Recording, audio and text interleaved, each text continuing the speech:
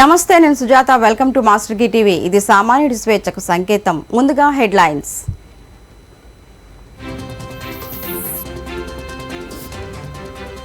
వైజాగ్ నుంచి పాలన, ఇక్కడే నివాసం, ప్రమాణ స్వీకారం కూడా అక్కడ చేస్తానన్న జగన్.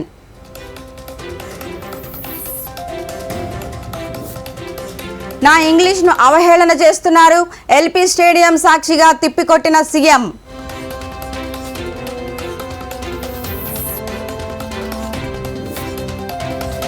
రామగుండం కార్పొరేషన్లో బీఆర్ఎస్ కు భారీ షాక్. కాంగ్రెస్ లో చేరిన నగర mayor Anil Kumar.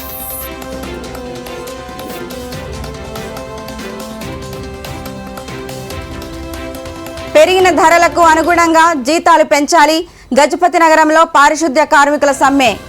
Welcome back. AP CM Jagan నోట మళ్లీ వైజాగ్ క్యాపిటల్ మాట వచ్చింది. ఎన్నికల తర్వాత తన మకాం వైజాగ్ మారుస్తానని విశాఖ సభలో జగన్ ప్రకటించారు. విశాఖ విజన్ ప్రకటిస్తూ తాను మళ్లీ వచ్చే ఎన్నికల్లో వైజాగ్ లోనే ప్రమాణ స్వీకారం చేస్తానని చెప్పారు. My state court case is going on. We have so many people trying to oppose everything. But I'm assuring you, post-election, my stay would be in Vizag.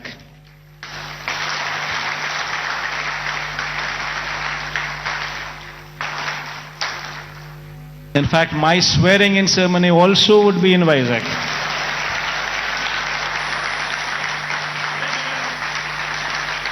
This is my commitment to Vizag. And now, what is the vision for Vizag? See, we need to have 10-year vision. We would have to own this city, christen the city as executive capital, become part of the city, and have a 10-year vision. You know, we need to have a roadmap which is workable, which is doable. It cannot be a roadmap where we just dream big but yet achieve nothing, because it is impractical. Not so. We need to have a practical solution. We need to have a practical approach. CM Revanth Reddy Ramoji group సంస్థల chairman రామోజీరావును మర్యాదపూర్వకంగా కలుసుకున్నారు. గంటలకు పైగా రామోజీతో వివిధ అంశాలను చర్చించారు. కొత్త ప్రభుత్వం ఏర్పడ్డ తర్వాత తెలంగాణలో అభివృద్ధి జరుగుతుందన్న తీరు, మారిన ప్రజాపాలన విధానాలపైన మాట్లాడుకున్నారు.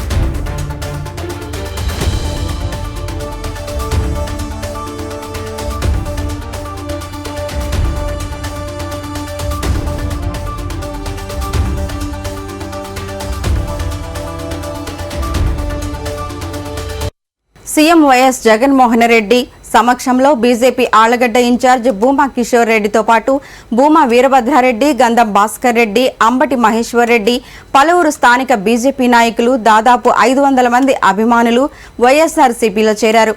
నంద్యాల ఎంపీ పోద Brahmanandareddy, Allagadda MLA Gangula Vijayender Reddy, YSRCP regional coordinator Ramasubbareddy, మాజీ MLC Gangula Prabhakar Reddy, Kurnool Vijaya dairy chairman SV Jaganmohan Reddy పాల్గొన్నారు.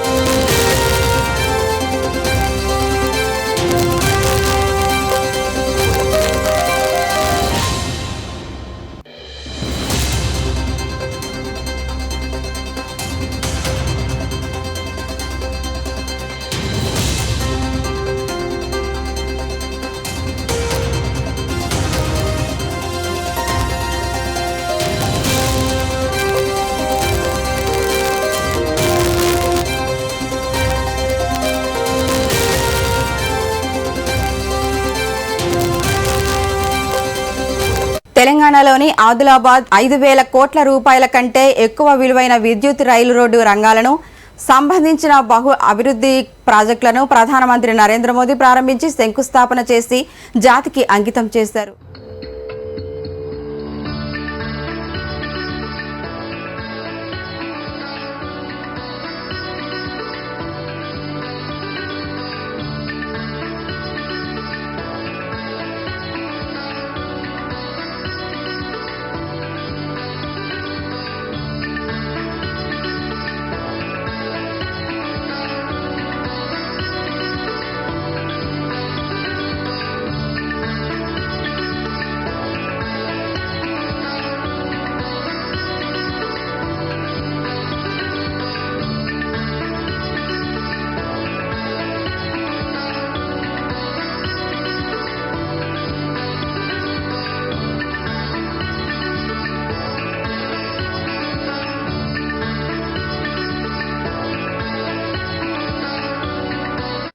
రేవంత్ రెడ్డికి ఇంగ్లీష్ భాష సరిగ్గా రాదని తరచూ ప్రతిపక్ష బీఆర్ఎస్ నేతలు చేస్తున్న ఆరోపణలకు ఎల్బీ స్టేడియం సాక్షిగా ముఖ్యమంత్రి తిప్పికొట్టారు.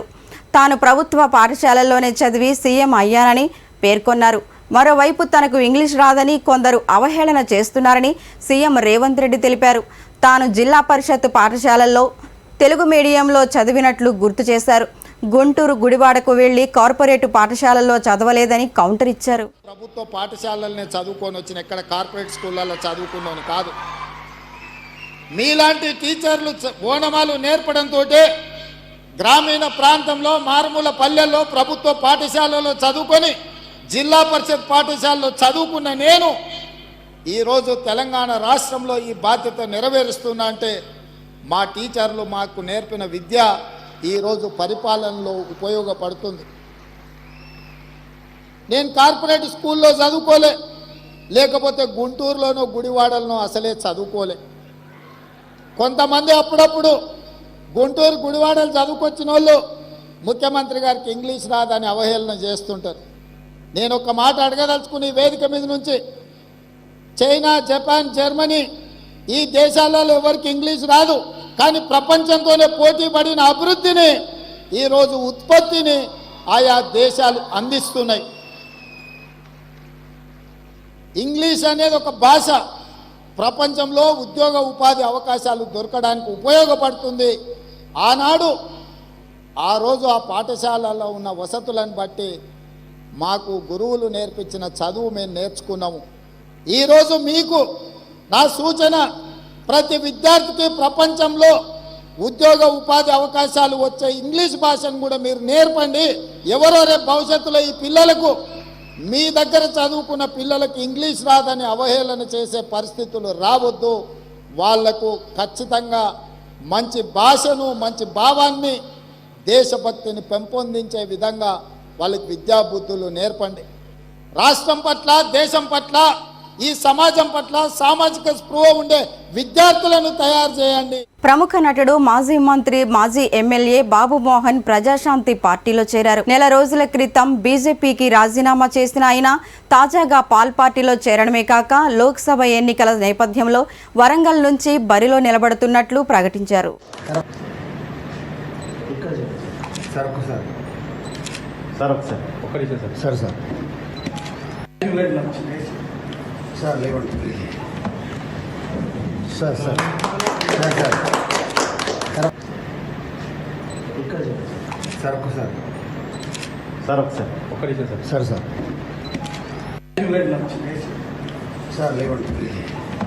తెలంగాణ ముఖ్యమంత్రి రేవంత్ రెడ్డి మార్చి 8న మెట్రో రైలు 2వ దశ పనులను శంకుస్థాపన చేయనున్నారు.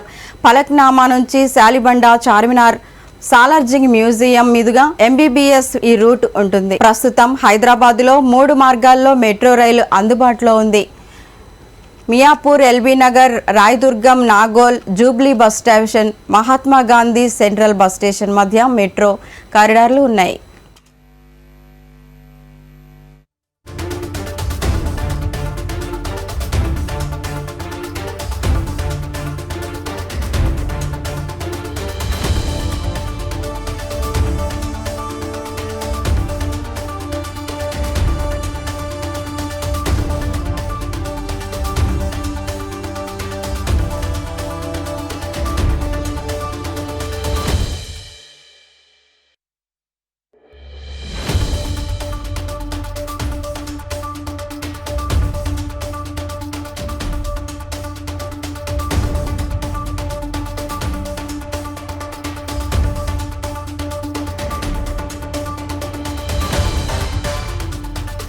తెలంగాణ సీఎం రేవంత్ రెడ్డి ప్రధాని నరేంద్ర మోడీపై చేసిన వ్యాఖ్యలకు బీఆర్ఎస్ ఎమ్మెల్సీ కవిత కౌంటర్ ఇచ్చారు.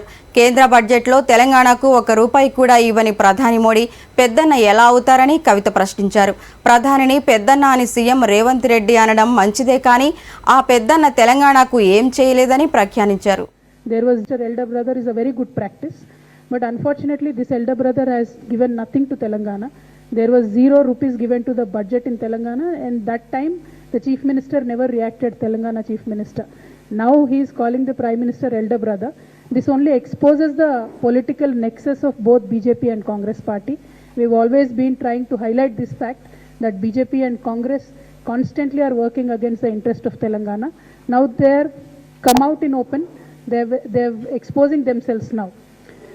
So I will only say that elder brother has to have a bigger heart and give more funds to Telangana, and it is our chief minister's duty to extract more funds for our state. Thank you. ప్రధానమంత్రి గారిని పెద్దన్నగా అభివర్ణించారు ముఖ్యమంత్రి గారు అని చెప్తా ఉన్నారు. సంతోషమే, ఒక కార్డియల్ రిలేషన్షిప్ ఉండాల్సిందే. కానీ ఈ పెద్దన్న మరి మొన్న బడ్జెట్లో ₹1 కూడా తెలంగాణకి ఇవ్వకపోతే తెలంగాణ ముఖ్యమంత్రి గారు రియాక్ట్ అవ్వకపోవడం అన్నది చాలా దారుణం. వీళ్ళిద్దరూ ఏదైతే పెద్దన్న చిన్నన్న అని పిలుచుకుంటున్నారో బడేమియా చోటేమియా అని చెప్పి వాళ్ళిద్దరు నెక్సెసే ఎక్స్పోజ్ అవుతా ఉంది. అలా బీజేపీ కాంగ్రెస్ ఒకటే అని మేము చెప్తా ఉన్నాం. తెలంగాణ ప్రజల హక్కుల కోసం సిపిఐ ఎంఎల్ న్యూ డెమోక్రసీ అఖిల భారత రైలు కూలీ సంఘం ఆధ్వర్యంలో ఖమ్మం మిర్చి మార్కెట్ ఎదుట ఆందోళన నిర్వహించారు. ఈ కార్యక్రమంలో పలువురు మాట్లాడుతూ మిర్చి రైతులను దళారులను దోచుకుంటున్న అధికారులు పట్టించుకోకుండా రైతులకు అన్యాయం చేస్తున్నారని విమర్శించారు. రైతులను అన్యాయం చేసేది ఏ ప్రభుత్వము బాగుపడలేదని, కేంద్ర రాష్ట్ర ప్రభుత్వ మిర్చి రైతులను ఆదుకుంటామని చెప్పి ఇప్పటి వరకు ఎటువంటి చర్యలు చేపట్టలేదని ఆగ్రహం వ్యక్తం చేశారు. రైతుల పక్షాన శాంతియుతంగా ధర్నా చేస్తుంటే పోలీసులకి పెట్టిన అక్రమ అరెస్టు చేయడాన్ని తీవ్రంగా ఖండించారు.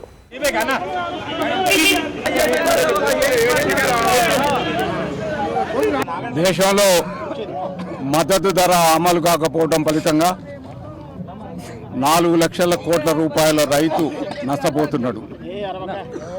దేశంలో 1200 పంటలు పండిస్తుంటే కేవలం 23 పంటలకే మద్దతు ధర ప్రకటించడం అనేది శోచనీయంగా ఉంది.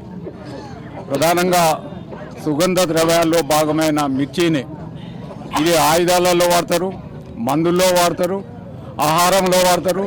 అన్ని కాస్మోటిక్ వస్తువులలో కూడా మిర్చికి బాగా గిరాకీ ఉన్నది. మన దేశం నుంచి అనేకమైన దేశాలకి అంటే మనం 30% ఎగుమతి చేస్తున్నాం. అంటే మనకి సరిపోను ఉంచుకొని అంటే ఎగుమతి చేస్తున్న మిర్చి కూడా కనీస ధరను ప్రకటించకపోవడం అనేది విచిత్రమైంది. మోడీ వచ్చిన తర్వాత అనేకమైన అమలు చేశాడు, ప్రకటించాడు అమలు చేస్తానని, మద్దతు ధర నేను అమలు చేస్తా అనేది.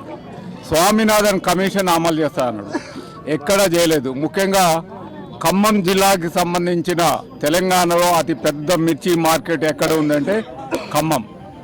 ఎంఎల్ న్యూ డెమోక్రసీ అలాగే అఖిల భారత రైతు కృషి సంఘం ఖమ్మం జిల్లా కమిటీల ఆధ్వర్యంలో ఖమ్మం మార్కెట్ సమస్యలపైన ఆందోళన కార్యక్రమం చేపట్టాం. ఈరోజు 28,800కి జెండా పాటని ప్రకటించారు. కానీ దాని ప్రకారం కొనుగోలు జరగటం లేదు.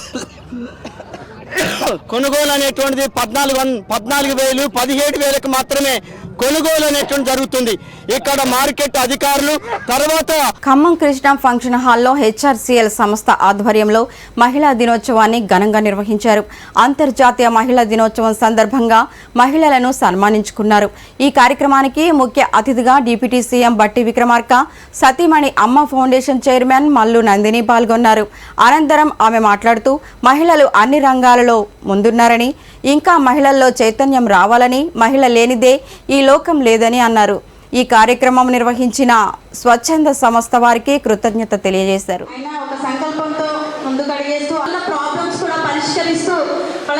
ఇక్కడ చంద్రపాడ శ్రీకాంత్ గారి హెచ్ఆర్ఐస్ ఫౌండర్ శ్రీకాంత్ గారి ఆధ్వర్యంలో మరియు స్వచ్ఛంద సేవా సంకల్ప మహిళా దినోత్సవం మేము అందరం జరుపుకున్నాము. దానికి మాకు మాధవీలత గారు, శ్రీకాంత్ గారు ఎంతో సహకారం ఇచ్చారు. మేము వారి ఆధ్వర్యంలో ఈ మహిళా దినోత్సవం జరుపుకుంటున్నాం. స్వప్న మేము ఇక్కడ అంతర్జాతీయ మహిళా దినోత్సవము ఖమ్మం బైపాస్ కృష్ణ ఫంక్షన్లో జరుపుకుంటున్నామండి. దీనికి అందరూ ప్రతినిధులు ఇచ్చేశారు. ఒక రకంగా చెప్పాలంటే అంతర్జాతీయ మహిళా దినోత్సవం మేము జరుపుకుంటున్నాము అని చెప్పడం కంటే కూడా అది ఆనందంగా ఉన్నా కూడా ఒక అంతర్జాతీయ మహిళా దినోత్సవాన్ని ఈ ఒక్కరోజు ఎందుకు జరుపుకోవాలి? 365 రోజులు కూడా మహిళా దినోత్సవమే. ఎందుకంటే దేవుడు ఆఖరికి ఆ భగవంతుడు కూడా తల్లి గర్భం నుంచి జన్మించిన వాడే. అందువలన అదే మహిళ అంటే ఏంటి అనేది చాలామంది మహిళలు ఇళ్లలో నుంచి బయటికి రాలేక భయపడుతున్నారు. మీరు ముందుగా రాణి రుద్రమదేవి, ఝాన్సీ లక్ష్మీబాయి, సరోజినీ నాయుడు, అదేవిధంగా కిరణ్ బేడి లాంటి ఆదర్శవంతమైన మహిళల్ని ఆదర్శంగా తీసుకోవాలి. అదేవిధంగా పీటీ ఉషా, ఈ రోజున ఇప్పుడు చూసుకుంటే పివి సింధు లాంటి వాళ్ళని చూసుకోవాలి. అదేవిధంగా నేను కొంతమంది మగవారికి చెప్పదలుచుకుంది ఏంటంటే, యుక్త వయసు వచ్చిన తర్వాత ఆడవారి మీద ఆంక్షలు విధిస్తున్నారు. ఆడవారు మగవారితో సమానం. ఈరోజు రాజకీయ రంగంలో కానీ, విద్యా రంగంలో కానీ, అదేవిధంగా వైద్య రంగంలో కానీ, వ్యాపారంలో కానీ ఏ వృత్తిలో అయినా తీసిపోకుండా మహిళలు. పెద్దపల్లి జిల్లా రామగుండం కార్పొరేషన్లో గులాబీ పార్టీ భారీ షాక్ తగిలింది. అనూహ్య పరిణామాల మధ్య బీఆర్ఎస్ పార్టీకి చెందిన నగర మేయర్ డాక్టర్ బంగి అనిల్ కుమార్తో పాటు 14 మంది కార్పొరేటర్లు చేతి గుర్తు పార్టీలో చేరిపోయారు. గత పక్షం రోజుల నుంచి రహస్య మంతనాలు జరుగుతున్నప్పటికీ హైదరాబాద్ గాంధీ భవన్లో జరిగిన కార్యక్రమంలో రాష్ట్ర పార్టీ ఇన్ఛార్జ్ దీపాదాస్ మున్షి వీరందరికీ కాంగ్రెస్ పార్టీ కండువా కప్పి పార్టీలోకి ఆహ్వానించారు.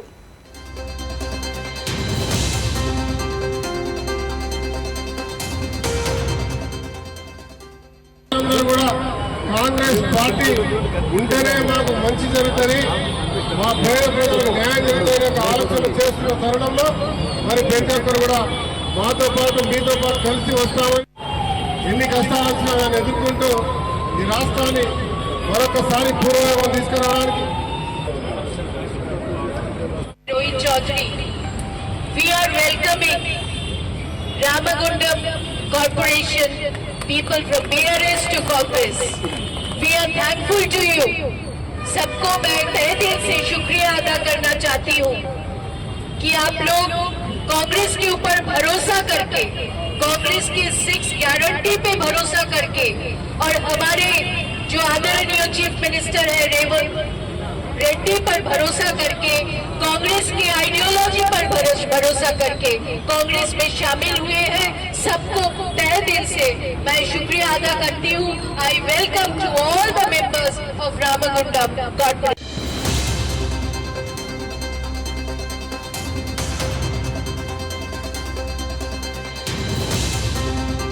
పెద్దపల్లి జిల్లా రామగుండంలోని తెలంగాణ ప్రాజెక్టుకు సంబంధించి 2వ దశ 800 మెగావాట్ల విద్యుత్ కేంద్రాన్ని దేశ ప్రధాని మోదీ జాతికి అంకితం చేశారు. ఆదిలాబాద్ పర్యటనలో భాగంగా ప్రధాని వర్చువల్ విధానంలో ప్రాజెక్టును ప్రారంభించారు. ఇందుకు సంబంధించి ఎన్టీపీసీ టౌన్షిప్ లోని కాకతీయ హాల్లో ప్రత్యేక స్క్రీన్లను అధికారులకు ఏర్పాటు చేశారు. ఎన్టీపీసీ విద్యుత్ ప్రాజెక్టు సీజీఎం కేదార్ రంజన్ పాండుతో పాటు పలువురు ఉన్నతాధికారులు పాల్గొన్నారు. 10 మెగావాట్ల సోలార్ ప్లాంట్ కూడా ఉంది.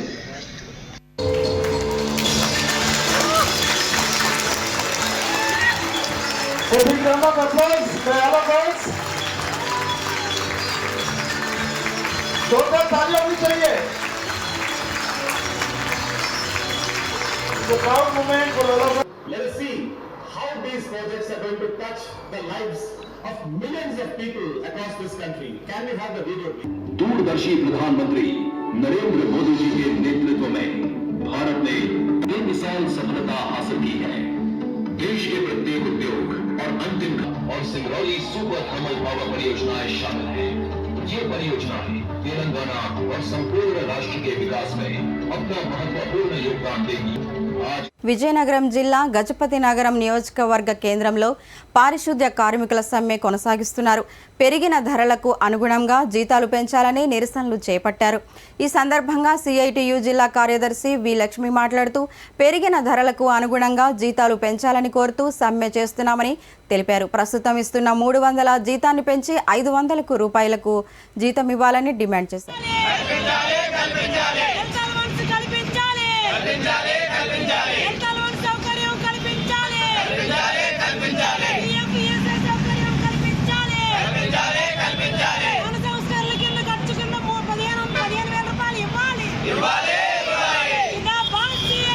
जिंदाबाद जिंदाबाद जिंदाबाद जिंदाबाद जिंदाबाद